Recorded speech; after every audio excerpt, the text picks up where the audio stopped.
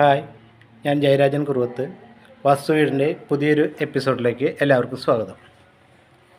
ഇന്ന് ഞാനും മോളും കൊച്ചുമോളും കൂടി അന്നകര ചിറക്കൽ ഭഗവതി ക്ഷേത്രത്തിലേക്ക് പോയിരുന്നു. അവിടുത്തെ ചെറിയൊരു ദൃശ്യങ്ങൾ. ഇന്ന് ഞങ്ങൾ ഒരു 11:30 കഴിഞ്ഞു. കാലത്ത് പറമ്പന്തല അമ്പലത്തിലേക്ക് പോയതുകൊണ്ട് കുറച്ച് നേരം വൈകിട്ടാണ് ചിറക്കലേക്ക് എത്താൻ പറ്റിയത്. ഇന്ന് പിന്നെ തിങ്കളാഴ്ച ആയതുകൊണ്ട് തിരക്ക് കുറച്ച് കുറവായിരുന്നു. ചൊവ്വാഴ്ചയും വെള്ളിയാഴ്ചയും ഇവിടെ നല്ല തിരക്കാണ്.